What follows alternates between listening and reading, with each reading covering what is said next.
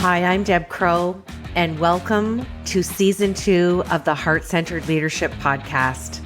This is a podcast where we connect, learn, and laugh together with strong leaders from all over the globe.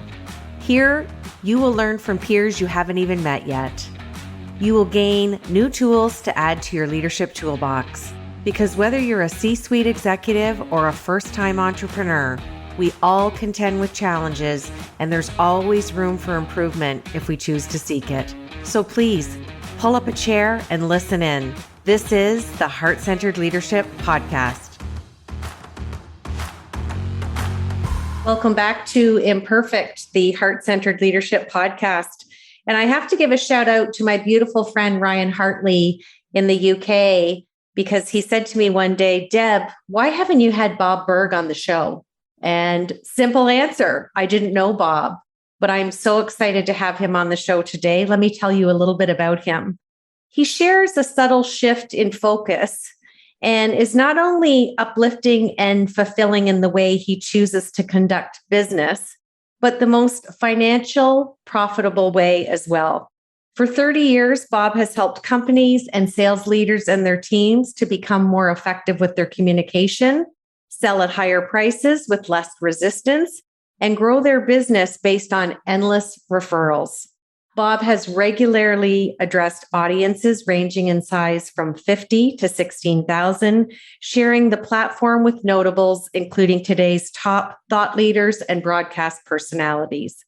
After many, many years, he has been well known for his book, Endless Referrals, and his business parable, The Go-Giver. So, Bob, welcome to Imperfect. Thank you, Deb. What an honor to be with you. And since you're Canadian, when I say honored, I spell that with an O-U-R. Absolutely. I love it. And I'll try and not end my sentences with A. That's okay. You can do that as much as you want. I'll even get you a cup of coffee from Timmy's. There you go. You've done your Canadian history. I love it. I love visit. I for years, and I don't really travel much anymore, Deb, but for years I spoke in Canada, quite often. Just always enjoyed myself so much. The people were always so kind and welcoming to me. That's wonderful. It's nice to hear. Thank you for sharing. You are one of the 30 most influential leaders around the world. You're one of the top 200 most influential authors in the world by Richtopia. And you're such an advocator and supporter and such a heart-centered leader. So my first leadership question for you is, share with us where the idea for Go-Giver came and how it landed in your heart to bring it to fruition. Well, many, many years ago, I had my first book, Endless Referrals, which was a how-to book. And it was really for entrepreneurs and salespeople. They knew they had a great product or service, Deb. They knew it brought wonderful value to people, but they didn't necessarily feel comfortable or confident in going out into their local communities and developing the kinds of relationships with people that would result in their wanting to do business with them directly and or refer them to others. So and the Endless Referrals book was a system for doing that. And it was built on a basic premise that is all things being equal, people will do business with and refer business to those people they know, like, and trust. And the Endless Referral system was simply sharing with them how to get to that point in a way that was very confidence building for them, very comfortable for them. Again, it was a how-to book, and I'd always read parables since I'd been in sales. I enjoyed reading business parables, and always, I think we all know that stories connect on a deeper level than a how-to book does. And whenever I'd read a parable, I always felt a connection with the author, with the message, even with the characters who were fictional. And I thought, wouldn't it be great if we could take the basic, the know, like, and trust premise from Endless Referrals and put that into a parable? So the first thing in titling it was just asking, so what is the essence of that entrepreneur or sales professional, those who are able to quickly and sustainably create those know, like, and trust relationships? And what it came down to is that they are givers. They're always looking to give value to others. so coming up with, the title, The Go Giver, was very natural. But the best thing I did for the book was to ask John David Mann, who was the editor-in-chief of a magazine I used to write for. I wrote a monthly column for them, was to ask him to be the lead writer and storyteller. Because again, I'm a how-to guy, right? I'm step 1, step 2, step 3. John is a magnificent storyteller and writer. And fortunately, he said yes, and we were able to put it together. So that's really where the inspiration came from. Well, and what I love about that is we have heard doing business with people. They want to work with people. They want to build relationships with people that they know, like, and trust.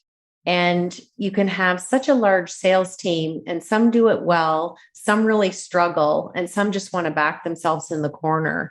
And it's something that I love to talk about on the show, about heart-centered leadership and what that definition is. And to me, it is honoring, spelt the Canadian way, your connection with people, and not starting the relationship with a transactional approach, but actually just talking and listening, more importantly. So it's so interesting the way that you frame that. And the people that do that, I also think that they've exercised and honed the virtue of patience.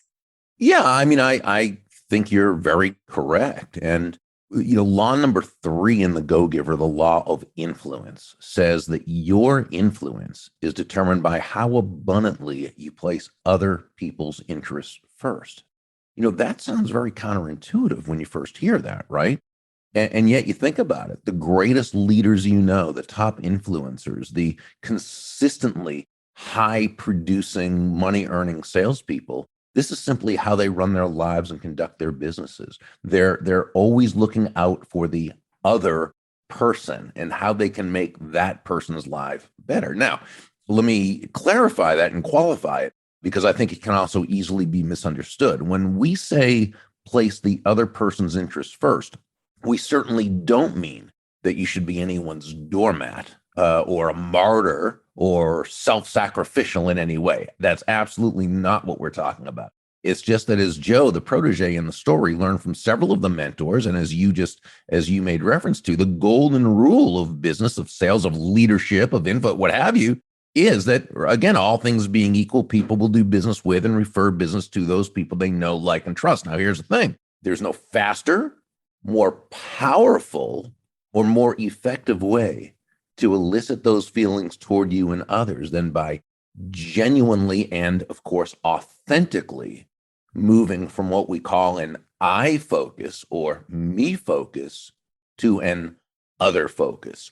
Looking to, as Sam, one of the mentors in the story, advised Joe, make your win all about the other person's win.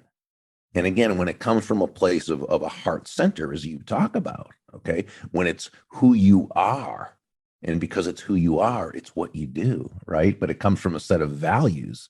Now, we're talking about a person who's really in a position to form these wonderful, wonderful relationships with others. Absolutely. And when I was 24, I started my company.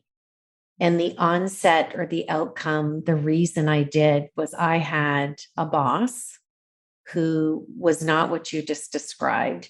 And she used to say to me, "You give too much. You're too nice. You're too friendly. You're too gregarious. There needs to be more of a seriousness." And I grew up with an Irish Nana that said, "You always give. The more you give, the more you get, the more gratitude you give. And it's always about the other person." And I can remember learning that back to as young and tender age of 8. And I'm glad that I had that experience with that last boss that I had, because I wouldn't have gone out on my own. Sure, absolutely. So find the beautiful opportunity sitting on the other side of those barriers when you're open to see. And it's just taking that leap of faith, right? So interesting. Now, my next question, Bob, has permanent residency on the show. And I have asked it right back to season 1 and episode 1 with Susan Steinbrecher, who's in my heart, the founder of Heart-Centered Leadership, because she wrote a beautiful book on it. What imperfections does Bob bring to his heart-centered leadership? Oh, I mean, my imperfections are so, it's almost like I want to say, let me count the ways. And I've tried to work on so many of them. So what would I start with? I think I have the natural tendency to micromanage and try to, do all things because I think I can do it, better. And of course, I can't. And I'm actually very fortunate to have people around me who know so much more in different areas. And I think that's how a team is really built. But I do have that natural tendency to want to do that and to look over shoulders and say, no, let's, dot this I here and do this and that. And one thing I've had to really learn is that if you want to bring out the best in others, to empower others, to really create that environment where people feel good about what they're doing and that they're going to do, you've got to be able to kind of let things go when they can be let go. Now, again, and I don't want that to be misinterpreted, the important things that must be, no, of course, but you've got to be able to, what I call 80% it sometimes, and just, let people make mistakes that they're going to then learn from, and for people to grow and to be able to, and the more you kind of have to control everything, well, the less effective everybody's going to be. So I would say that's my biggest imperfection. And, I've worked on it, and I think I've gotten a lot better at it. I think I can still get a lot better too. Absolutely. And that's one that we've talked about quite a bit over the last year and a bit on the show. And I think we all have remnants of that in our personality, whether it be in our personal life or in our businesses. So it's a good one. And it's one to always keep in the forefront. And that's why we surround ourselves with amazing teams. So great answer. Okay, third question. What would you do differently if you were starting out in your industry today? A great question, because remember, I've been doing this for over 30 years, and things were, while the principles always remain the same, things were much different in terms of technology and ability to, connect on different levels with different people. So I think what I would do is I would get more technology comfortable. Okay, because that was not something I kind of went in kicking and screaming into the, and it really at first hurt my business, because I when I started, I built a pretty good business, and I'd say by the late 90s, I mean, I was really on a roll. And that's about where the technology, where the internet really began to take form, and things were really moving over to a more technology based type of, and I just didn't want it to happen. I refused to change. And I, got a little bit like, well, my clients will stick with me, and, it will be fine. I can do, and you know what? I lost a lot of business. The world moved on without me, and I kind of had to start from scratch again. And and so even today, it's not that I enjoy change. Sometimes I get a little mad at the personal development genre, which you and I are both part of, because there's it's what I call the political correctness of the personal development industry, and that is that everything is good, right? Change is great. Oh, yeah, absolutely wonderful. Just, well, you know what? I hate change. I like to get really good at something and then just keep on going, right? But it's not the point. You don't have to like change. You just have to be willing to do it if you want the results that you want. And so that delay really hurt me and set me back. I would right away I would embrace technology. Now, again, I don't think technology drives anything. It's always the relationship. Utilizing technology correctly just helps you drive the relationship much faster and much more sustainably. People don't do business with and refer business to those computers they know, like, and trust, but to the people who are, at them, in front of them. Nonetheless, because technology is a thing and provides us with so many advantages, I would get a lot more comfortable a lot earlier with technology. We likely both had a really nice fax machine and Rolodex. I remember that, Bob, and I was with you. It was a transition for sure. Change is scary, but you still have to participate. Such a good statement that you made there. And sometimes it's fun to start over. I know there's pain and discomfort there, but when you look at things through the eyes of a different modality, I think you've done pretty good. I think you came back stronger than before. I would agree. Okay, my last leadership question. Which people or books have had the most influence on your growth and why? Okay, so in terms of people, I would start out with Zig Ziglar, Tom Hopkins, Brian Tracy. These were the people who, when I was really coming up in sales, this is before I was speaking, but just, when I first got into sales, these were the people who were the biggies.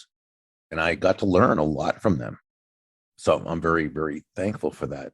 Different books, written by those authors.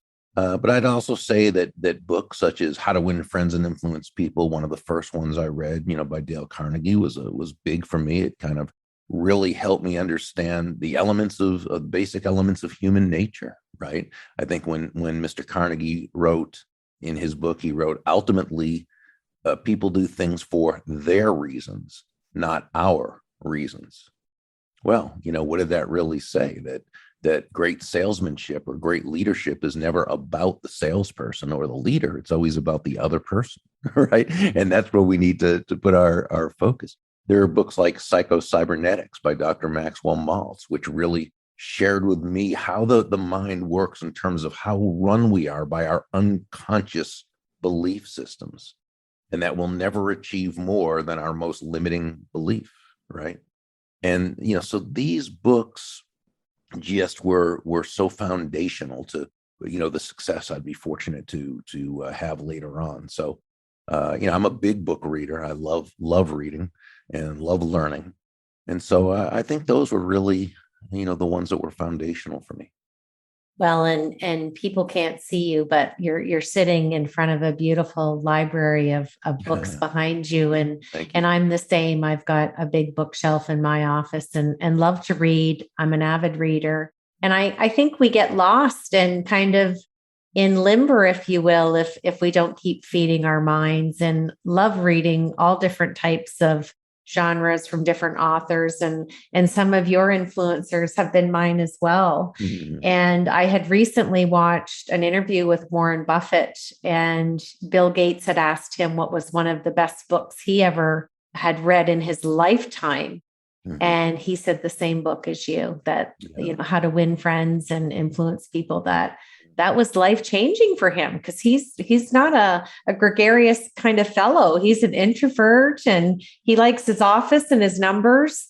So it's always interesting to me that we're so different as people, yet we're drawn to the same type of authors and books. And I just think it leads a foundation for our leadership as a whole. Beautifully stated. I'm going to switch to my Fab Four now. And these are just four fun questions. We want to see what's sitting on the top of that brilliant mind of yours. Okay. First question.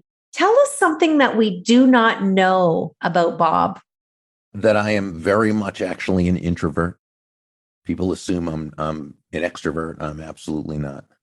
I join you. I cannot even tell you how many people have been on this show that are leaders in different sectors from different ends of the globe, and most of the leaders have been introverts. I am a full-fledged INFJ on the Myers-Briggs. We're a rare breed, but I'm always interested that people have the perception, because you're outgoing or you speak or you're an author, that they automatically think and perceive that we're extroverts. So isn't that interesting? I wouldn't have thought that. Mm-hmm. This next question's kind of fun, and I just want to know the first one that comes to your mind. Share with us your favorite memory. Oh, wow. Favorite memory. It would have something to do with me being somewhere with my parents and our family dog. And, probably back where, when I was about 3 or 4 years old, I seem to remember so many neat things about that, so many feelings around that. So I can kind of picture some things in my mind, but some of them I'm not sure if they really happened or didn't.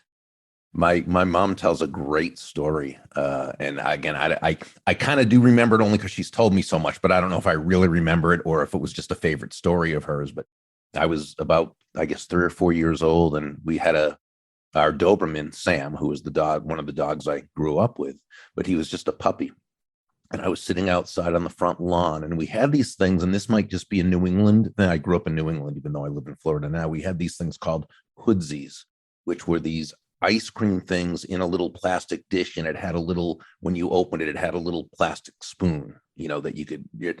And so mom's looking out the kitchen window, and I'm on the grass. Sam's looking at me, and I'm taking a bite of the hoodsie of the ice cream for myself, and then digging in and giving a bite to Sam, who's licking it off the thing, and then a bite for me, and a bite for Sam, a bite for me, and Mom yells out and goes, "Bobby, stop feeding Sam your ice cream." And I guess I looked at her and I went, "Why?" And she said, "Because you don't want him to get your germs." And I went, "Oh, okay. That was good enough for me. We wouldn't want Sam to get my germs." And so I kind of have that as a fun memory, even though, again, I don't know if I really remember it or if it's been suggested to me so much. But how fun to be so young and have such a nice memory and have your mom recall that. That's funny. That's a great story. What a lovely memory.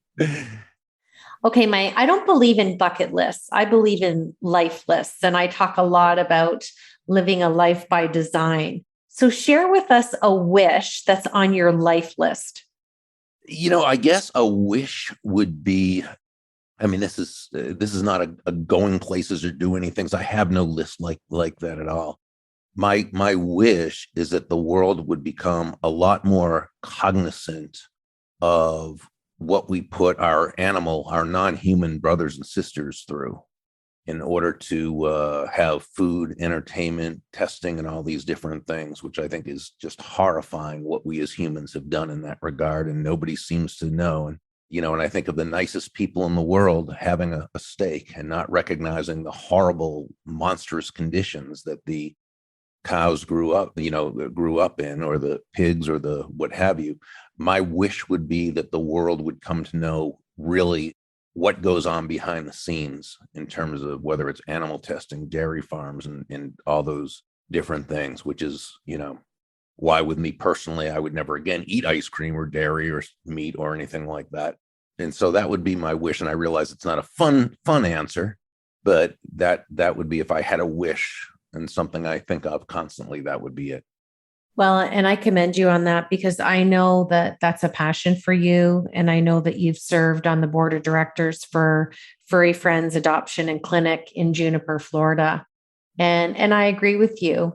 But the bigger message for me and what I love that you shared is this is part of you being heart-centered. It's part of your passion. It's part of your love. And sometimes our wish, whether it be on our life list or how we choose to live life by design, it's not going to be happy to everybody's ears, but that's okay. And I agree with you. I think it's another area that still needs more awareness and more education. So if you're behind it, you're going to make a shift, Bob. I know it. Thank you. Okay, my last question's kind of fun, and you might have more than one. If you could have dinner with someone, and they could be living or they may have passed away, who would you want to meet, and tell us why? Benjamin Franklin would be one of America's founders. Fascinating guy who developed his own character and skills and accomplished so much through what he did. The experiences he had, I think it would be absolutely fascinating to speak with him.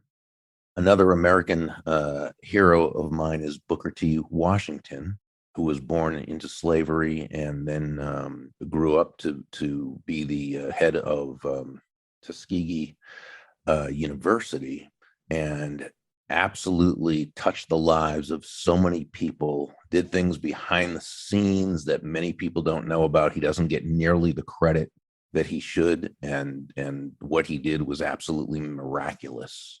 His writings, if you ever get a chance to read them, oh my goodness, he was just such a brilliant man with a great heart. Those would be my two people. Well, and it's just the fluency again of your love of reading and books and heart-centered leadership. It's just lovely how it all flows. And I'm just so grateful to have met you today. And I want to thank you for sharing your time and your expertise and your heart with us. Wow. Thank you. You're very, very kind. I'm so glad our mutual friend Ryan introduced us. I'm going to close out the show, and I'm just going to ask you to finish this sentence. Heart-centered leadership is doing the very best you can to touch another person's life in a way that brings out their best and helps them to feel genuinely good about themselves. You've been listening to the Heart-Centered Leadership Podcast. I'm Deb Crow. If you like what you heard today, please rate and review the show. And I'd love it if you'd visit my website at debcrow.com, where you can sign up for my newsletter and get access to the Heart-Centered Leadership Toolkit, all free of charge. Thanks for your time, and we'll see you again.